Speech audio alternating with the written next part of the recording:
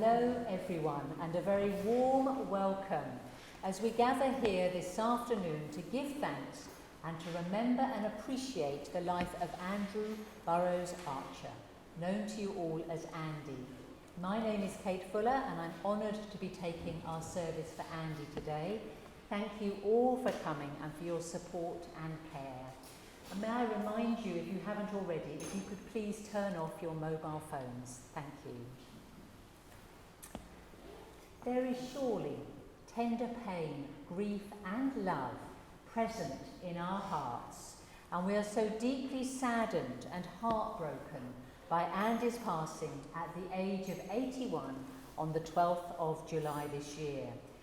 Being able to express our personal sense of loss and sadness is an essential part of our service. Tears are allowed to flow, and smiles at our memories of Andy are very welcome. Andy would perhaps prefer more smiles than tears on this occasion, as we remember him in the fullness of his life. He was a man who liked to celebrate, so let that quality permeate our loving salute to Andy, whilst gently holding any other feelings that dwell within us.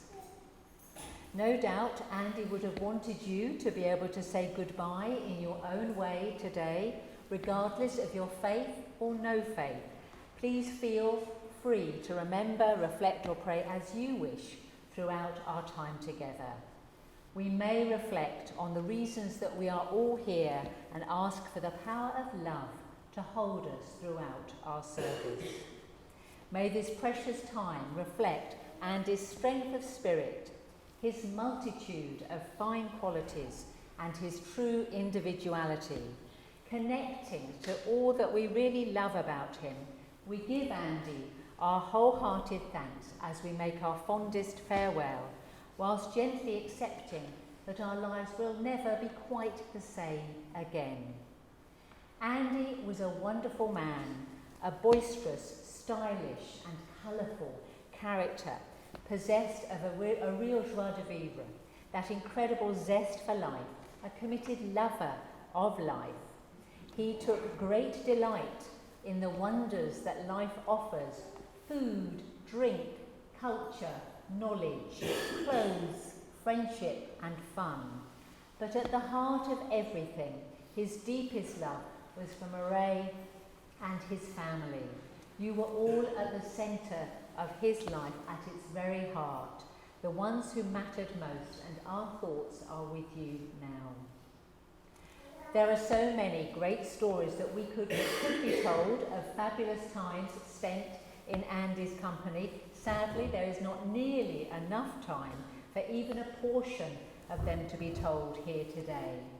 You each have your own unique relationship with Andy and personal memories held dear of being in his presence, and we will hear from those who knew Andy well and who will speak about him from their direct experience and love for him.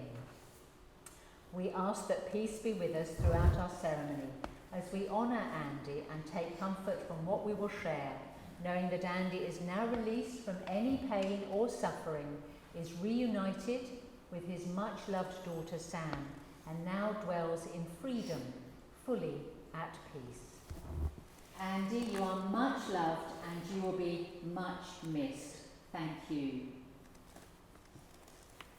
And I'd now like to invite Dennis to come up to share our eulogy today.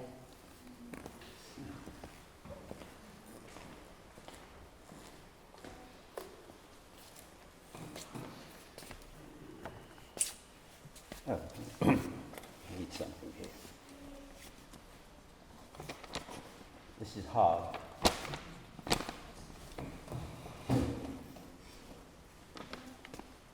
Okay. Andy was my dearest and oldest friend. I think about that sentence. Note the use of the words Andy was. It grates on my ear. Because Andy has now migrated from the world of Andy is to the world of Andy was, from the present to the past tense. And I just can't get used to that. We met It was in the early 50s, 1950s. So far back, it was nearer the 1880s than it is to today. It was at St. Dominic's Primary School, and we got a new teacher, a wonderfully liberal-minded woman called Mrs. Archer. She, whom I later christened Mopsy, but she arrived with some baggage. Her bespectacled, awkward-looking son, Andrew.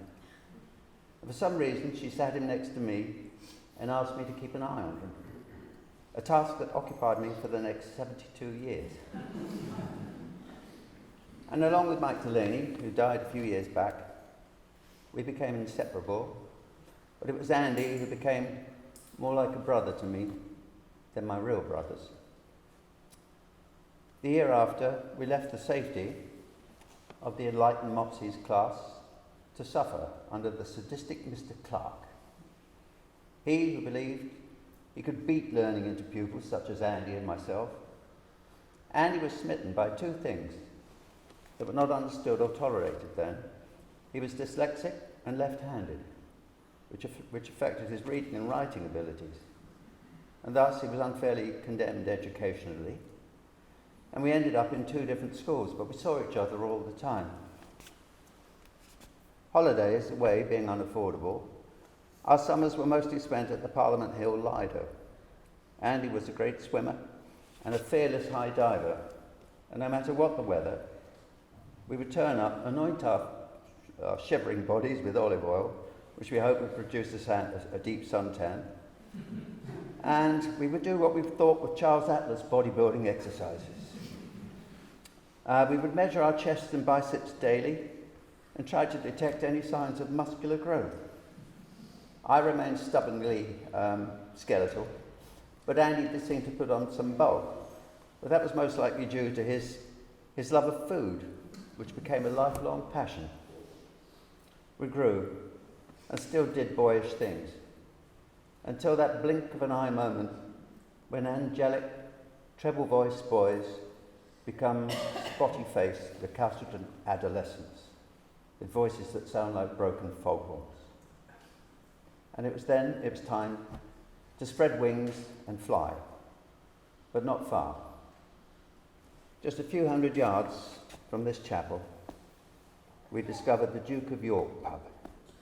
And it was there that Andy and I first experienced the heady delights of bohemian Fitzrovia and Soho. And then we discovered the joys of trad, modern jazz, drink, girls, art school dances, French cinema, etc., etc. And we literally and metaphorically let our hair down. And I think in those years, we were laying the foundation stones of what became the swinging 60s. Then, in about 1962, something unexpected happened. He told me he'd met this French chick in a coffee bar in Belsize Park. Just another transient relationship, we all thought. But no, to misquote Jane Eyre, reader, he married her. He and she fused into a single, inseparable entity called Andy and Murray. The rebel Andy had become a grown-up, a husband, and then later a father. And they became utterly devoted parents and had nigh on 60 years of the most successful marriage I ever knew. I wondered about the origins of this transition, but the answer seemed obvious. Mopsy and Popsy raised 5 children in an impossibly small basement flat in King's Cross. And the only way that could work was by being a close-knit, tolerant family. Remarkably, they even managed to put me up long-term. Being nurtured in that environment must have viewed Andy and his siblings with strong parental instincts. The subsequent generations of archers here today eloquently proved that point. The years passed. They started a hugely successful artist agency called Archer Art. They had moved to that wonderful house just north of Baker Street. It was 6 floors, stuffed full of Archer memorabilia, and had far more claim to being a repository of genuine history than the fake Sherlock Holmes Museum a few doors down. Mireille and Andy were wonderful chefs. I'll wait for that if you don't mind. Andy wouldn't mind.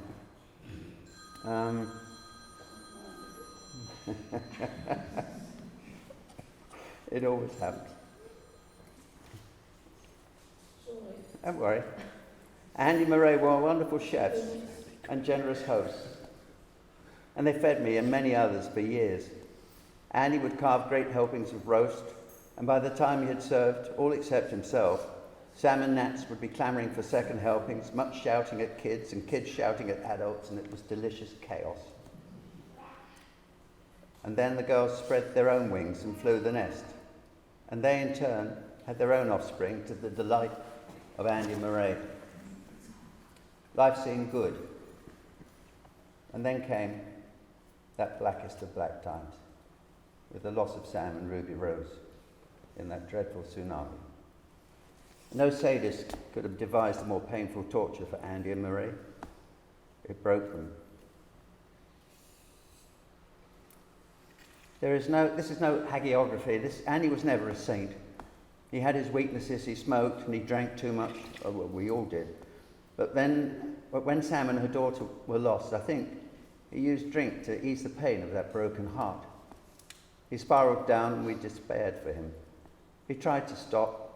He tried again and again, and he stopped. And we got our old Andy back. I never admired him so much as when I witnessed that strength of character that he displayed then. They re-immersed themselves into the family life. We aged. I've now seen 6 generations of Archers, from Andy's grandfather to his own great-grandchildren. And they've certainly done their bit to ensure the survival of the species. Andy became the head of that pyramid of archers. And he was, I suppose, the patriarch, or as I like to call him, the patriarcher. How proud he must have been as he took stock of his clan. And then he became ill. It was so utterly painful to see him being eroded away by that vile affliction, which he bore so bravely, and he refused to yield to. There is a word that's become trite and devalued by overuse in banal pop songs, etc. It's that abstract concept called love. And when I saw Andy's extended family gathered around his hospital bed during his final hours, all arms outstretched to offer comfort and support, looking like a beautiful old Italian painting, that abstract thing, love, had become as tangible as granite. The Andy we love is not just in this casket. He's still here amongst us all, in our hearts, in our memories, and for some of you, also in your genes. There couldn't be a finer legacy. So farewell, my old mate. Thanks for being my friend. I shall miss you. We all will. Thank you.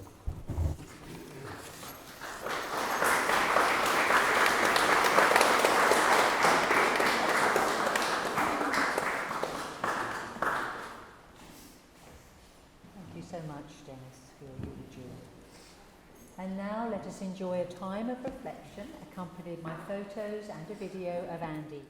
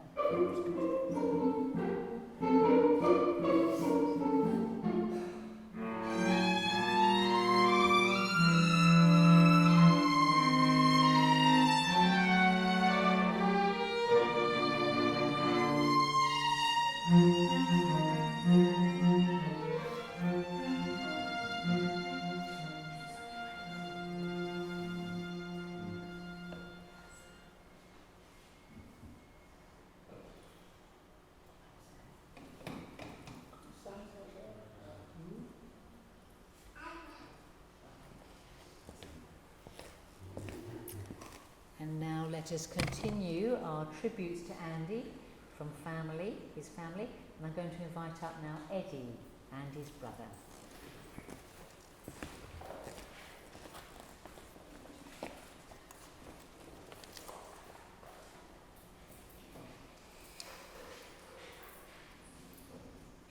No one can see the shirt, but it's got written on, "I'm a lover, not a fighter." Andy was both of those things. By the way, it's a very hard act to follow Andy and Dennis, and that's what I have to do now. For anyone who doesn't know, I am Andy's younger brother. I was sort of dragged up behind Dennis and Andy.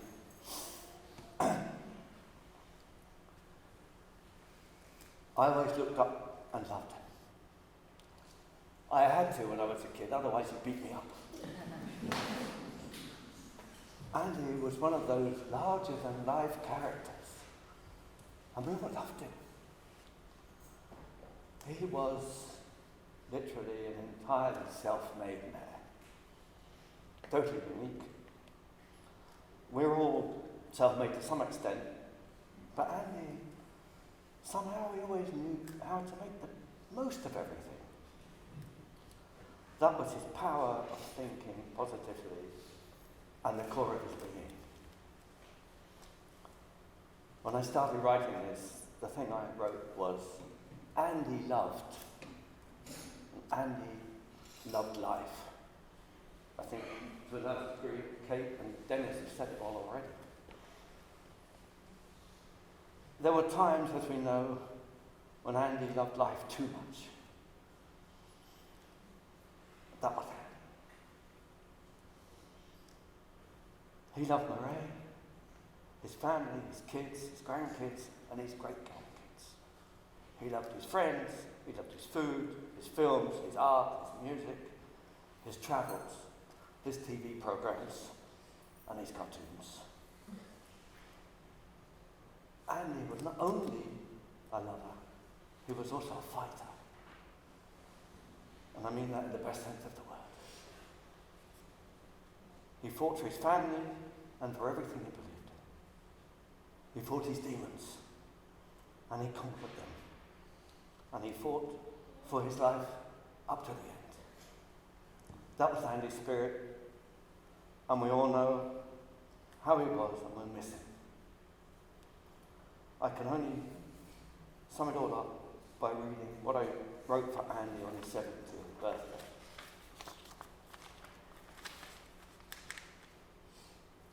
It's called Go, Bro, Go, Mr. Fantastic.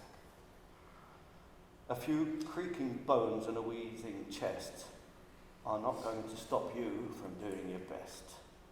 Your life's so full of zap, whap and zen, with a movie and now every now and then. We never know where we're going to find you next, either in Palermo or down there in X. For words, you were never really at a loss, even if you were mistaken for a mafia boss. A sort of don, that's what you are. Not really like Brando, but more of a star. Always on the move from this place or that, but you always make time for a bit of a chat. You advise which programs to see or films to see, and later we'd call our app to find if we agree. You were in some restaurant serving warm foie gras or rushing about with some Russian caviar. When it comes to tiling, I'm told you're quite handy. It's rather difficult to find anything that rhymes with Andy. Still, life's a mosaic, that's what you say, and you put it together in your kind of way. You're unique and not quite like any other. You are Mr. Fantastic. You are.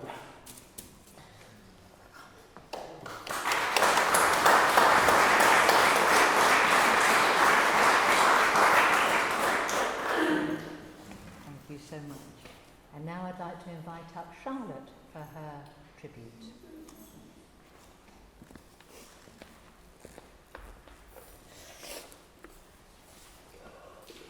I can hear you say, breathe.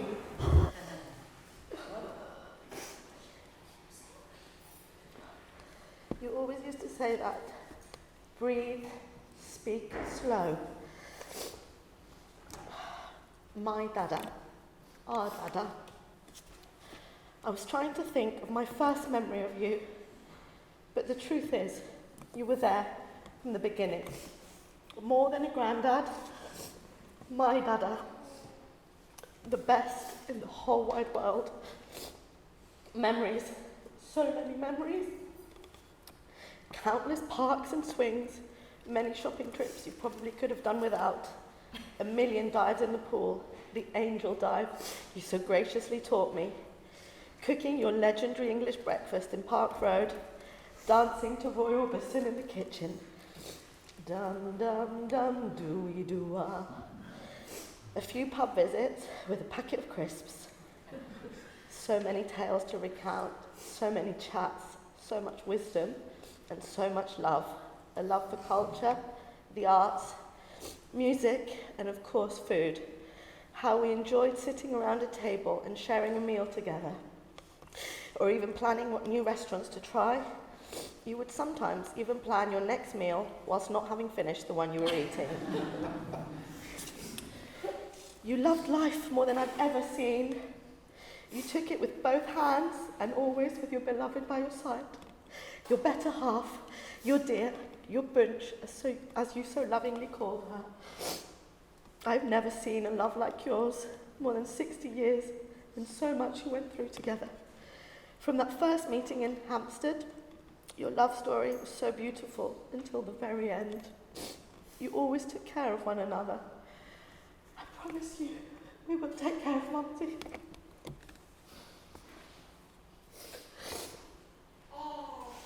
Thank you, Matty. I can't imagine life without you in it. You've been present in all, from phone chats to WhatsApps to Word Feud, or sitting and watching TV together. You've been there for all the most special things, from my eventful birth, to my graduations, to my wedding in Sicily, and watching your great-granddaughters play and becoming so very special to them. You're their dada too. You've made us worry we were losing you a few times, but you came back fighting and stronger than ever. This last fight was too much for you, though.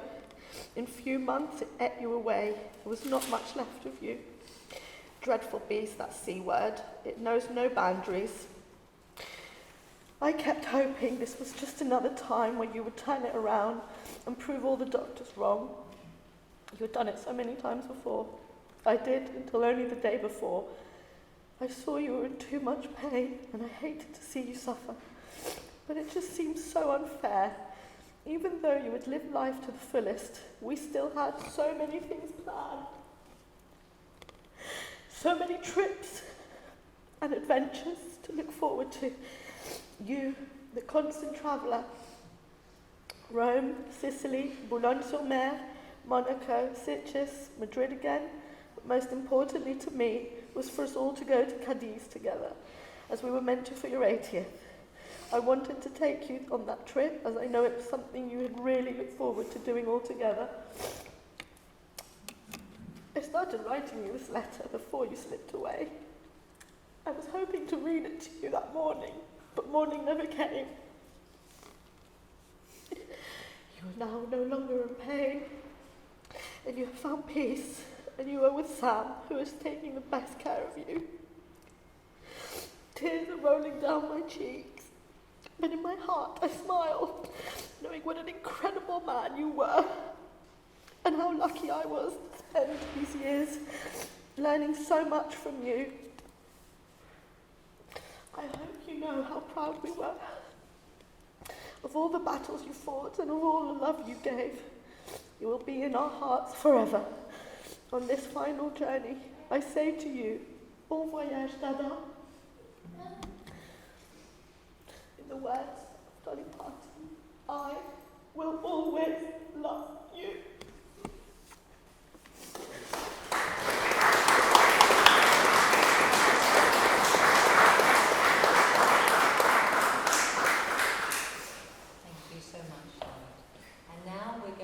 listen to Autumn Leaves by Nat King Cole, played by James and Harriet.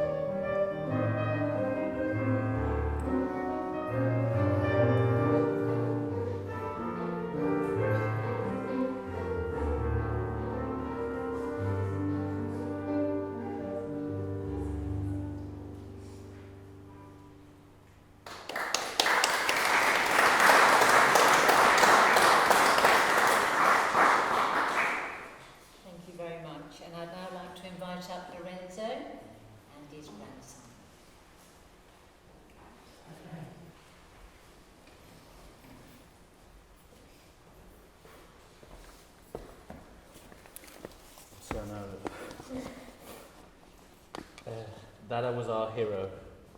He was such a special person. He was an example for Leo and I. He always made everyone feel at ease and infused fun into the most mundane tasks. Such a positive and generous man.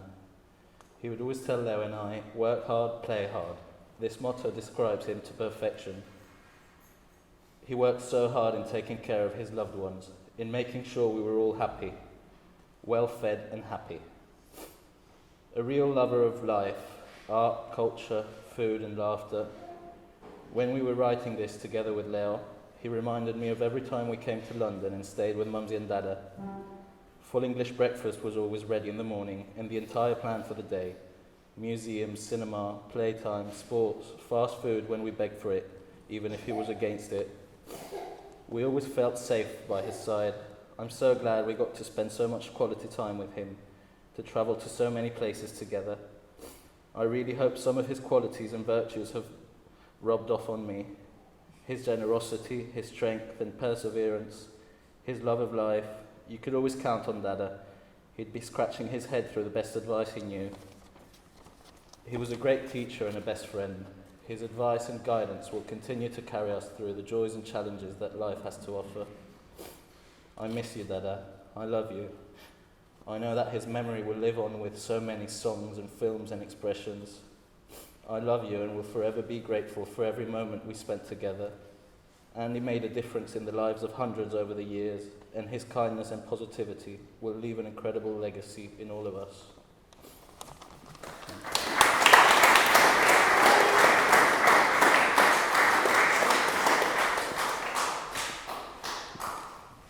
I'd now like to share a tribute from Kate Mackenzie, Andy's niece, to her uncle Andy.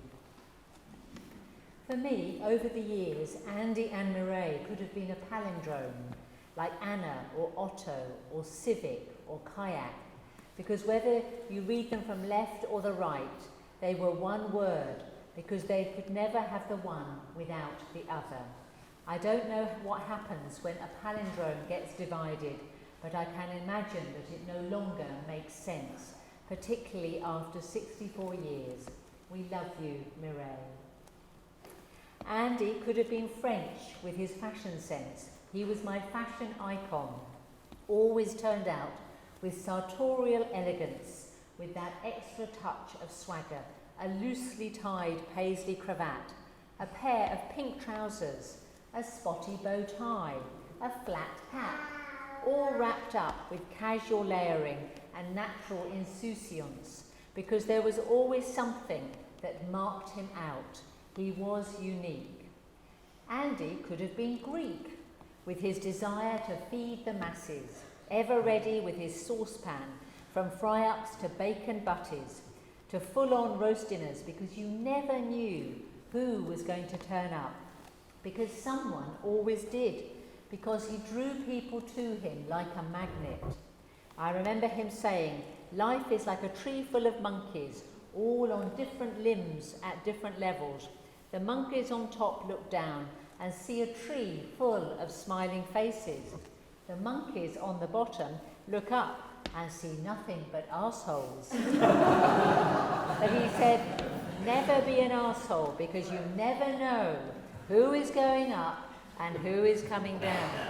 And no matter who you were, ticket warden or supermodel or millionaire, his feeding, his offering of food and sustenance was a sign of love, and he loved everyone, except for egg custard. I remember Mopsy always making my father and Andy an egg custard every time they went to the cottage. This went on for years and years, and it took the strength of a combined joint effort to tell Mopsy neither of them had ever liked egg custard, but because they knew Mopsy would be gutted, and she was. Why didn't they tell me, she would say, but it was because they also recognised the love that they couldn't. Andy could have been Irish, with the gift of the Blarney and always ready with a joke. Who else would call their little kitten Mont Blanc?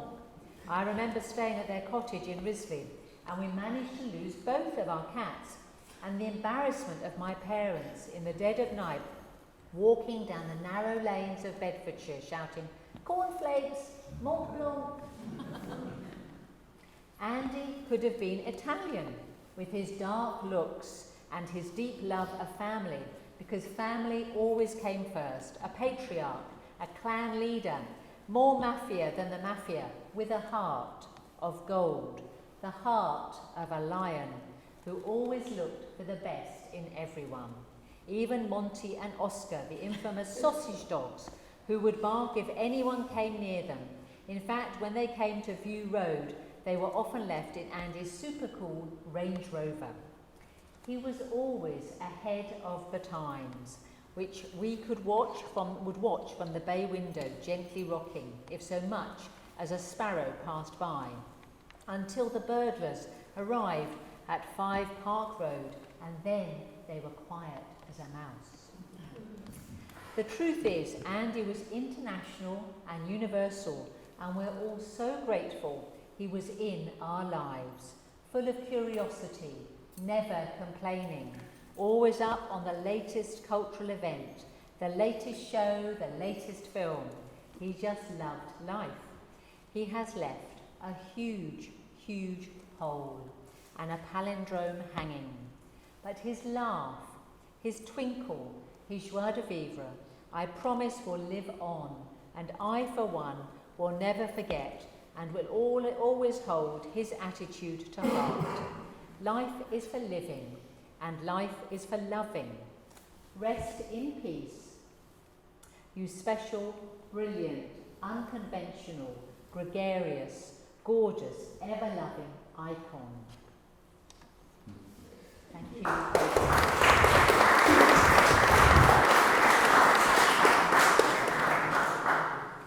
For our second musical interlude, we have Torna a Sorrento by Ernesto de Corti, arranged by Vaughan Jones and played for us this afternoon by Harriet, Ali and James.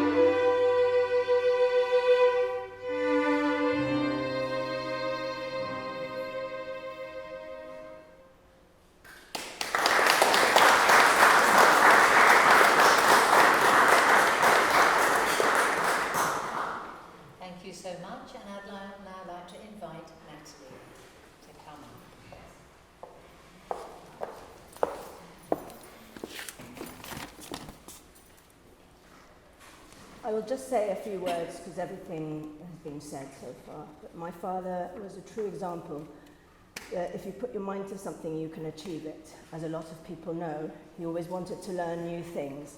And he'd recently taken up singing lessons through his Healthy Lungs classes. He knew I'd always felt I was born in the wrong body, and I mean it in a different way. I wasn't given a singing box.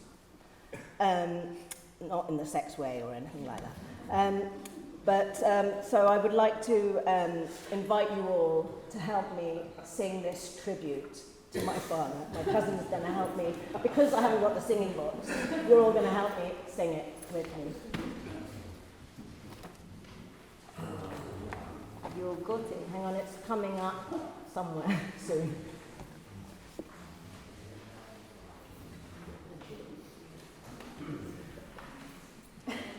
I didn't read what was wrote.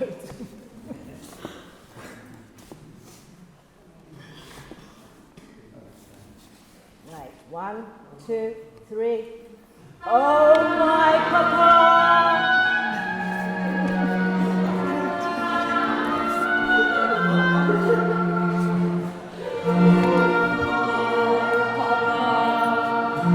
To me.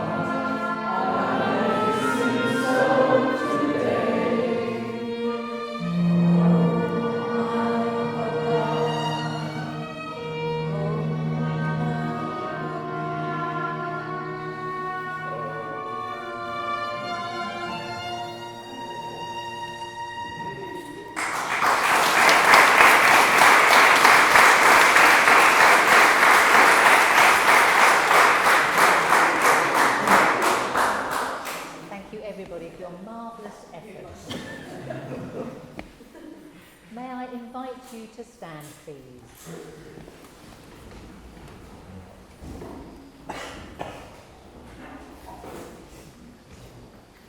If you're comfortable, but do remain seated if that's better for you. As we honour and commit Andy to the journey he has now embarked upon, paying him our respects, wishing that we didn't have to, but remembering the good, the strong and the positive in Andy's life. Today at this time, in this place of meeting together, we have sorrow in our hearts because a man that we deeply love is no longer with us. Yet we have also met in thankfulness and deep appreciation for the gift of Andy's life, which has touched us all. Of this we can be certain. Andy is at peace. He is at peace from the troubles and the ailments of this world, and he is at peace with all of us.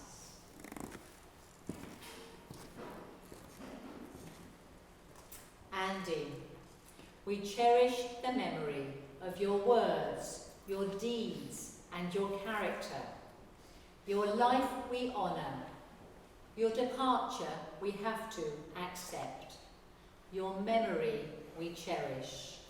As we bid you farewell, we are thankful to have shared such joy in the sun, shelter in the storms, and to have laughed in so many moments. As you now come to the end of this journey, we trust and hope that you are reunited with your parents, your much-loved daughter Sam, and all those loved ones who have gone before and who now welcome you with all-encompassing love. We now imagine you happy and free to let the light shine in. May your soul find freedom and eternal peace. Bless you. Your generous and beautiful nature we commit to our memories. Your love we commit to our hearts. And your body we commit to this earth. Here, in this final act, in sorrow but without fear, in love and deep appreciation, we commit the body of Andy Burrowes Archer to its natural end. Thank you, Andy. Please be seated.